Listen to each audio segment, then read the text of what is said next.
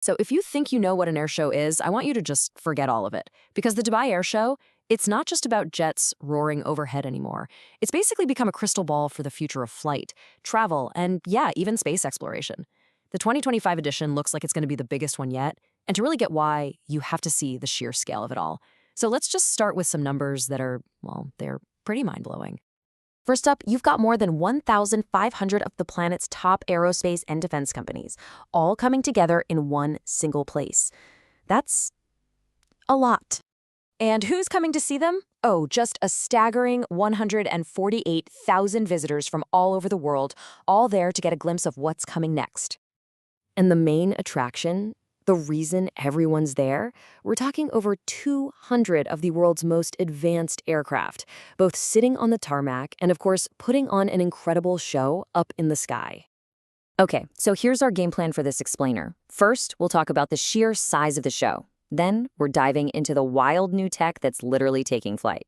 After that, we'll look up, way up, to its focus on space. We'll also see how this thing has become so much more than a trade show. And finally, we'll connect all the dots and figure out why this matters for all of us. All right, let's kick things off with Section 1, a show of superlatives. And trust me, we're talking about an event where the ambition is just completely off the charts. So mark your calendars. From November 17th to the 21st, 2025, the entire aerospace world is going to have its eyes glued to Dubai World Central. This isn't just some conference. For 5 days, this place becomes the absolute epicenter of the entire industry. Now, the organizers are making a really bold claim that this will be the biggest, most forward-thinking air show in its history. But what's really cool is that future-focused isn't just some marketing buzzword here. It's something you can actually see, touch, and yes, even watch fly. And speaking of that technology, that brings us right into Section 2. We're going from jets to eVTOLs, and this is where you can literally watch the evolution of flight happen right before your eyes. Of course, you're going to see the titans of the sky, the huge airliners, the powerful military transports, the sleek business jets. But if you look a little closer, you'll see a quiet revolution happening. A whole fleet of unmanned aerial vehicles and drones. It's a huge shift in aviation, but it's not even the biggest story. Okay, before we get to the really big news, we need to know one acronym, eVTOL. It stands for Electric Vertical Takeoff and Landing. The easiest way to think about it? Imagine quiet electric air taxis that can lift off and land just like a helicopter. This is the tech that people think is going to totally change how we get around our cities. And this is the absolute game changer for 2025. For the first time in history, these eVTOLs are not just going to be static models sitting in an exhibition hall. No, they are actually going to take to the skies as part of the official flying display. I mean, that's a massive public debut, and it signals a huge leap forward for what we call advanced air mobility. But, the innovation on display doesn't just stop at the edge of our atmosphere.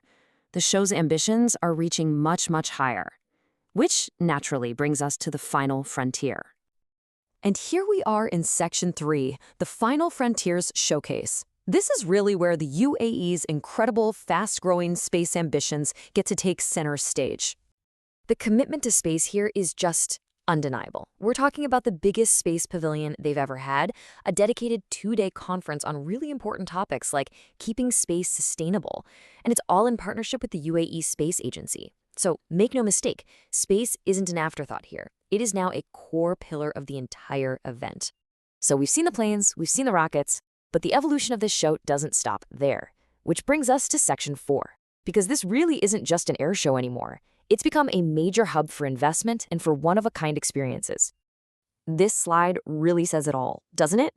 The old airshow model was basically exhibition halls and planes parked on the ground. The new experience? It's totally different. You've got airshow after dark for networking. You can do a 5K run on the runway.